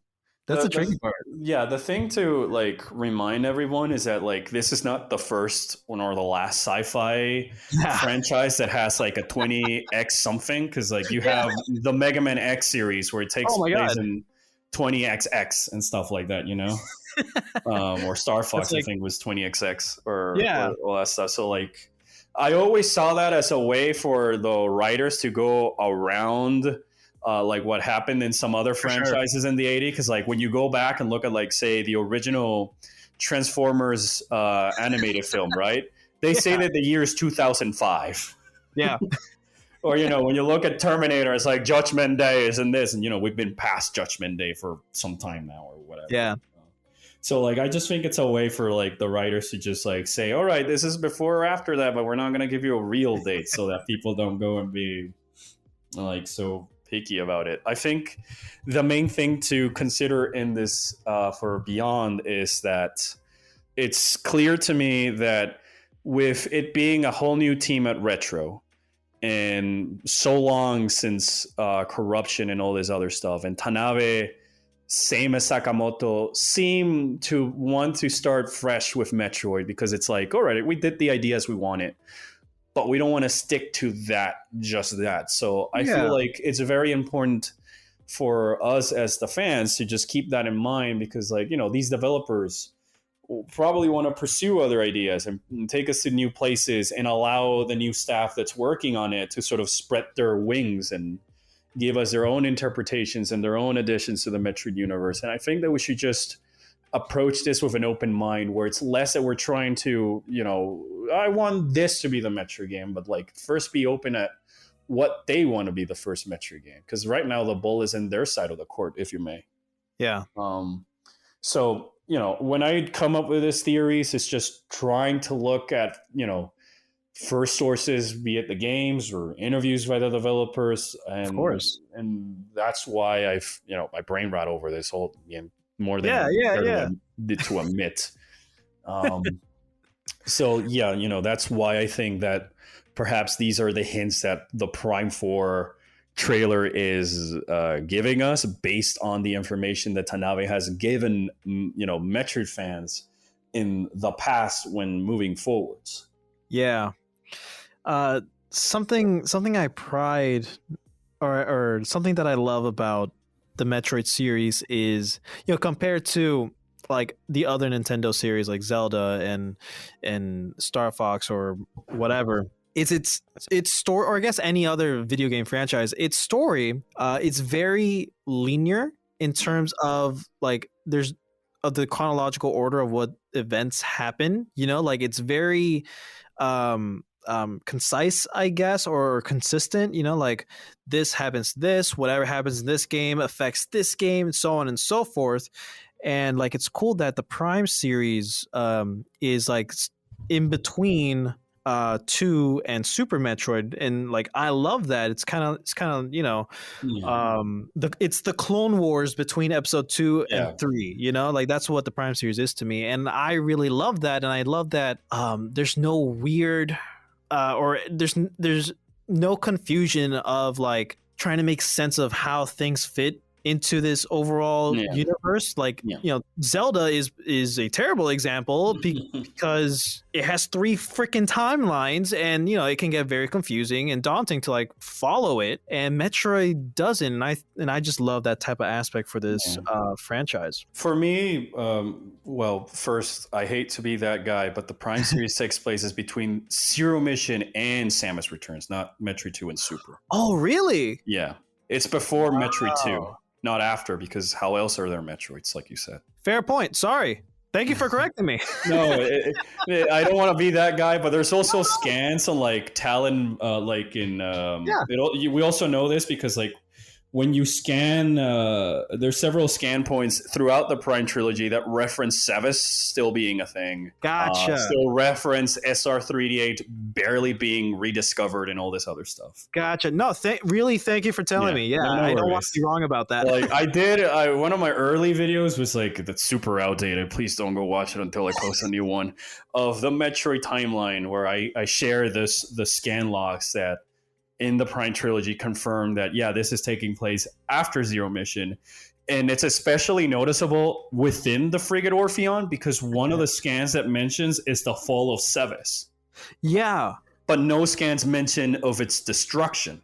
Oh. Which is what happens after Super Metroid. And none of those scans also refer or mention the Federation's attempt at extinguishing the Metroids and all that other stuff. So it's very interesting that Federation Force, which takes place before Metroid 2, implies as this entire time Silex has just been having a Metroid in his pocket and nobody knows about it. That's what's terrifying about it. Right. But the thing with the timeline for me, and I know that I'm probably going to get some people disliking this hot take from me, whatever. But I think they should ditch it. Oh, okay. I think not completely ditch it, not throw it in the trash and forget about it. Not that it doesn't matter or it didn't happen, but like I want Metroid to do something like Final Fantasy 14. And if you may indulge me in my brain rot, 14, the current expansion that came out about a month ago, Dawn Trail, is a brand new chapter for this game. So the expansion before that, Endwalker, was bringing a nice end to the Final Fantasy 14 timeline, if you may, of the story of this particular chapter in the 14 mythos. And starting with Dawn Trail, it's kind of like those events still happened, the cause and effect still happened, the merits and accomplishments still happened, but they're not going to affect any of the writing moving forward. So that way, the new story and the new writers can take your character, the Warrior of Light, and the Scions, your partners, into a whole new direction and start doing all these things without necessarily having to tie themselves to the Asians, who are the baddies, or the Garlemald Empire, who are the other baddies, and all these other things. And instead, they can start approaching new ideas in a new continuity without fully throwing away the previous story. And part of the reason they wanted to do this, is the director Yoshi P mentioned, is because they want to avoid the stagnation and the limitation of new writers and new staff members they bring on board from fully exploring the ideas they could benefit the game as a whole, just because they have to stick to like the timeline of events that happened before. Right. So like they reached this compromise where it's because you've ended up saving the universe or the world or whatever, that now it's a new threat that's emerging that's completely unrelated to anything that happened in the past. So that's kind of what I'm hoping for, that they also may be doing with Beyond, and it taking place so far into the future, because like a part of me wants to think that there's going to be a time skip of sorts in the game. Like in the 20x9 might be the moment where the game starts, and then a few years later is where like Act 2 happens, sort of like in Corruption, where Samus goes in a coma for like a month, Right. after Dark Samus's attack on Norian. So I think that it would be a great way for not only still acknowledging everything that happened in the series, but allow Samus and the villains and the writing staff to just explore new horizons and new areas to just add fresh new life into the Metroid universe. And sadly, one of the only ways you can do that is like with making a new chapter as a whole. You can still have Chozos, you can still have space pirates, you can still have Samus and Mother Brain, but like at the same time, I feel like for a franchise that is old as Metroid, it could be important to know when to start doing something new and not just restrict yourself to the timeline, which is why I think that Zelda has 3 timelines and all this other stuff, is because they're worrying about that last.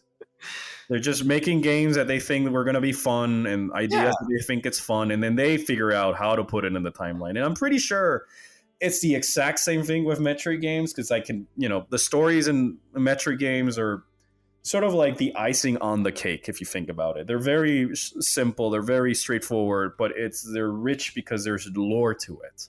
Yeah. And I think that one of the few things that they were sort of thinking about when at least making the Prime games is like, how do we fit this in the timeline? Right.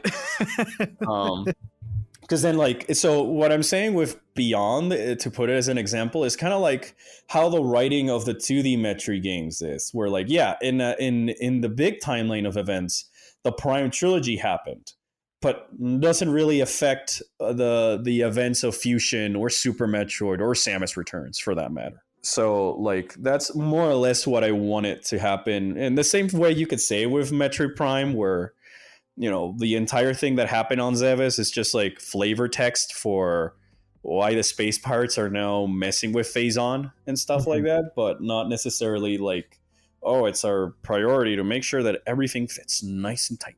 Hopefully soon enough, we'll find out. We'll know all the secrets that Beyond has to offer. You can say in due time.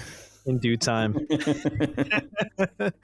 Well, are you ready for the speed round, where I'm going to ask you a bunch of silly random questions and we're going to see how you do? No, I need 30 minutes to prepare because I need to know what the questions are going to. I'm just kidding. So first off, if you're the final boss in a video game, oh boy, what would your title be? Title as in like the Zelda where it's like Ganondorf, King of Evil. Yeah, or like All Dark right. Souls. Yeah, exactly. All right, so I'd be Albert from the Orpheon, or Orpheon, bird enthusiast. I kid you not, I've just been looking out my window. There's like 10 birds that have come over to my window just to see what I'm doing. Oh, that's fun. Yeah. So it's perfect. Yeah, it's perfect. What would your boss theme music be? And you can choose any song from anywhere. Oh boy. That's very hard because like there's several songs I could think of. But just to be different, I'm gonna go with either We're stuck on a different planet. No, yeah, the Black Tar from Xenoblade X, Uncontrollable from Xenoblade X, A Long Fall from Final Fantasy XIV, Whitestone Black from Final Fantasy XIV, and then maybe just because I think it'd be funny, The Bird is the Word. That's almost too good. If you were a superhero, what would your name be? Oh, wow. Isn't Orpheon just already my superhero name? Yeah, if you want it to be. All right. What do you describe as a superhero name? It's whatever you want. All right, then I'll be Birdman. No. Okay, I'll stop with the bird jokes. I think my name, my superhero name would be like Berticus. Birdicus. Berticus. What powers would you have? I I would have all the powers. I don't know. I would probably have something like shape-shifting, because that's always been one of my most interesting powers, or at least the ability to talk with birds. Okay. All right. If you can live in the world of your favorite childhood show, movie, or video game, which one would it be and why? Friggin' Orpheon. I don't know. Probably I'd be either, okay, from my childhood, it's probably like either Clocktown or Windfall Island or Phendrana Drifts or what was the Rustboro City from Pokemon Emerald. That's a great choice. Yeah, I love the music from that area so much. I kid you not, I was shopping the other day. I was doing grocery shopping, and I just had that song playing on my MP3, and I was in the Pokemon Mart, you know? I was just like, oh yeah, during the groceries. I was having my little NPC moment. That's so funny. If I was going to say in a recent game, definitely in Shirogane from Final Fantasy XIV. And no, it's not just because their free company has a house there. So technically, I kind of live there. Which character from your childhood favorite show, movie, or video game would you most like to have as a friend in real life? How is that a question? Do you want to answer for me? No, you have to answer it. Do I have to? You have to answer it. All right, it's definitely not Samus. You have to say it. Like, you have. All right. It's freaking Samus. She's the coolest. Like, I just want to be like, Samus, you're the coolest. And she'd be like, thanks. And she'd be like, thanks, goodbye. If not, it'd probably be like someone like Spider-Man, because like he seems like a nice friend to hang out with. And which Spider-Man? Huh? Which Spider-Man? Yes. I don't know, the 90s Spider-Man Peter Parker from the cartoon that I watched as a kid.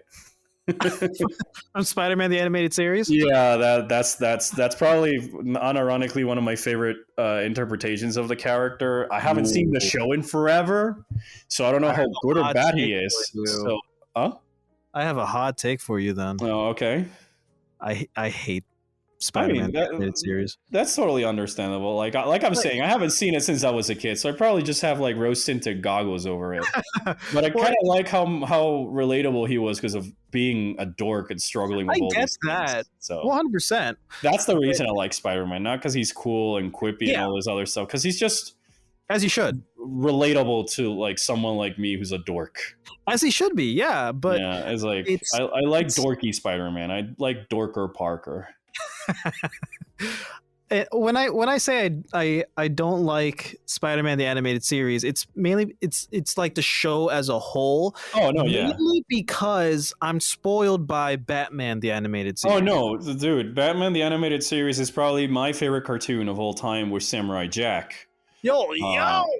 And yeah, man. The type of shows I want to make are very Genndy Tarkovsky inspired. If you make, because like that dude for me is probably one of the best directors, writers, creators, period. That guy is in a different level in my opinion.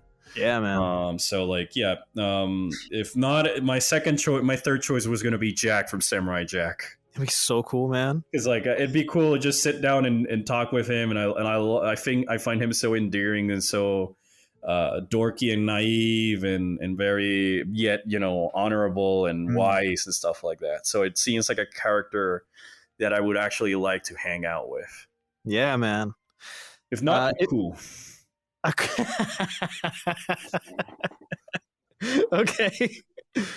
If you could attend any fictional event, like, for example, the Ewok celebration and Return of the Jedi, which one would it be and why? Any fictional event. All right. Either NLA once you restore the Lifehold core. Oh my god! Because it seems a place I would actually want to live in. Yeah. Or something along the lines of like in 14.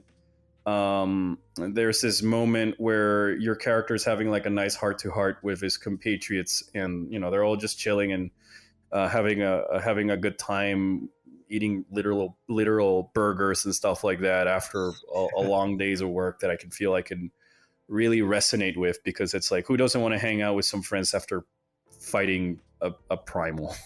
Right. And if not, then I definitely want to be in the carnival from Majora's Mask.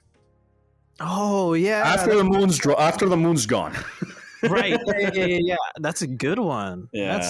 I feel that part of the reason I love Majora's Mask so much is because there's that payoff at the end where you get to see the carnival happen. Yeah. So it feels like an actual celebration, but it's also a celebration of your accomplishments that I feel like some other games, especially Zelda, should probably have. What would your 14-year-old self think of who you are today? I don't know. That's a question I've recently had because it was my birthday just a few days ago from recording this. But I want to say that my 14-year-old self would probably be, excited and somewhat proud of, older me. Because like a part of us is, we're still doing the same things. We stay true to ourselves and all this other stuff. But I think that also be excited at the prospect of what's to come in the next chapter and all these other things. Because like I think 14-year-old me would be happy to know that adult me is still trying to pursue that passion for writing and putting our stories into the screen and just bringing joy to people around the world. Because like that's been my dream since I was a kid, and most of the stories I've been writing are just now like matured with the 17 years it's been since then. To just just like hopefully like Prime 4 find what's going to be the best thing for this story now that you've had the chance to have 17 years of hindsight, I guess. Right. So that's at least what I want to think about. Maybe my 14-year-old would be just more jealous at the fact that I have a Nintendo Switch. That a Nintendo Switch exists in this timeline.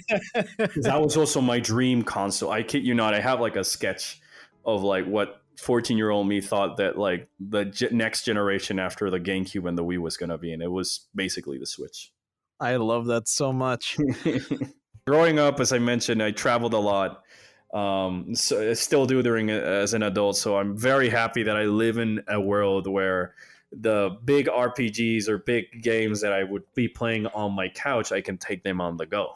God, I love that so much. Well, it is now time for you to recommend 3 people that whenever this episode comes out, you'll share this episode with, and that you think they'll be a good guest on the show, and you're going to help me get them on the show. All right. So first, I'm going to give my shout outs to my friend Gabe, who I mentioned before. He helps me a lot with the videos, and he is starting to do his own streams and content creation.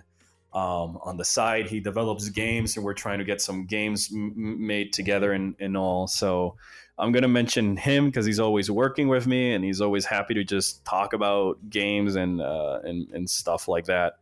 I'm going to mention my other friend, Pawn, who I'm already name dropped before because she's also starting to stream. I co-host a lot of her streams, and, I think that she could use all the support that she can get. She's a very silly, bubbly person that I think people online would find very endearing to just hang out with.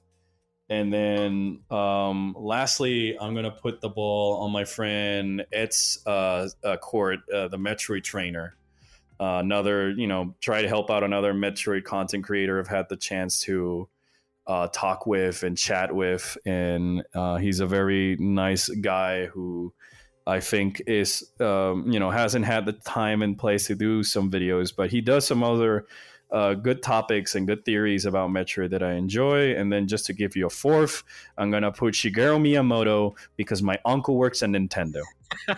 I'm just kidding. I'm going to put that Metroid guy because, another Metroid content creator. And I'm just trying to spread the love to my companions, as I like to call them, and just have the opportunity to just spread more Metroid around the world, because like what better is than that. And then for my true final one, I'm gonna give you Yoshio Sakamoto because I'm very good friends with him. That's how I was able to see Metroid Dread being a thing.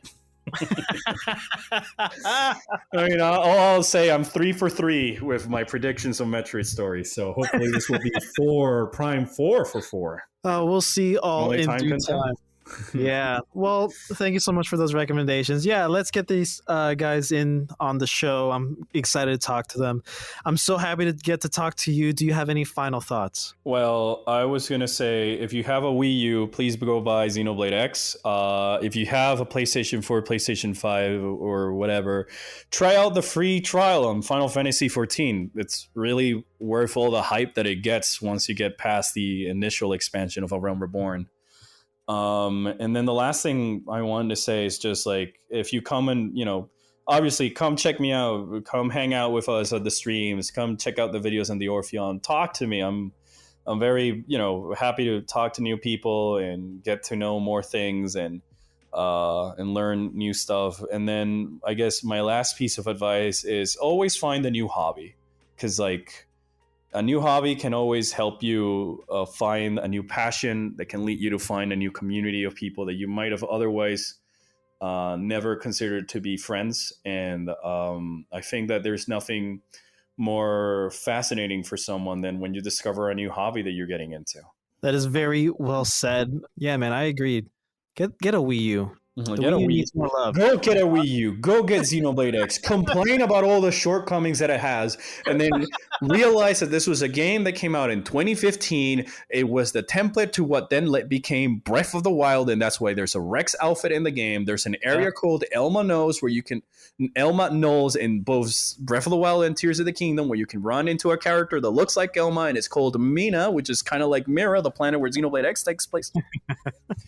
And then ask Nintendo for a proper definitive edition, because with all the shortcomings that game has, and I wouldn't blame anyone if they tried to play it and they didn't click with them, that's why I think it needs it the most. Yeah, man.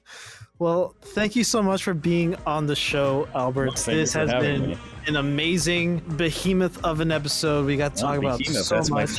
One of my favorite raid bosses in the critically acclaimed.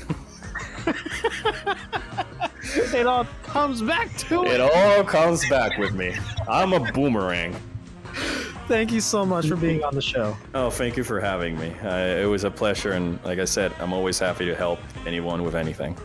All right, that's all the time we have for today, guys. If you want to hear more from the Orpheon, be sure to follow him on his socials and check out his YouTube channel. Be sure to let us know what you think about this episode somewhere on the internet, and be sure to follow us on our socials and subscribe to our YouTube channel. Links to them are down below. Be sure to rate us 5 stars and leave a comment down below. We'll catch you on the next one. Next time on the Razzle Dazzle Show. For me, it's like my childhood was the cassette player. And, I want to give players that feeling of finding music through different cassettes. Yeah. And I can also have the thing where the songs are not loops. They are actual songs. Yes. With lyrics and everything. So when the 3.5 minutes or something has gone, then the song is done. You need to rewind the tape with your batteries. Yeah, it's like you have ammo in your weapon, Because I say your playlist is your weapon here in this game. So use it wisely. Tune in next week.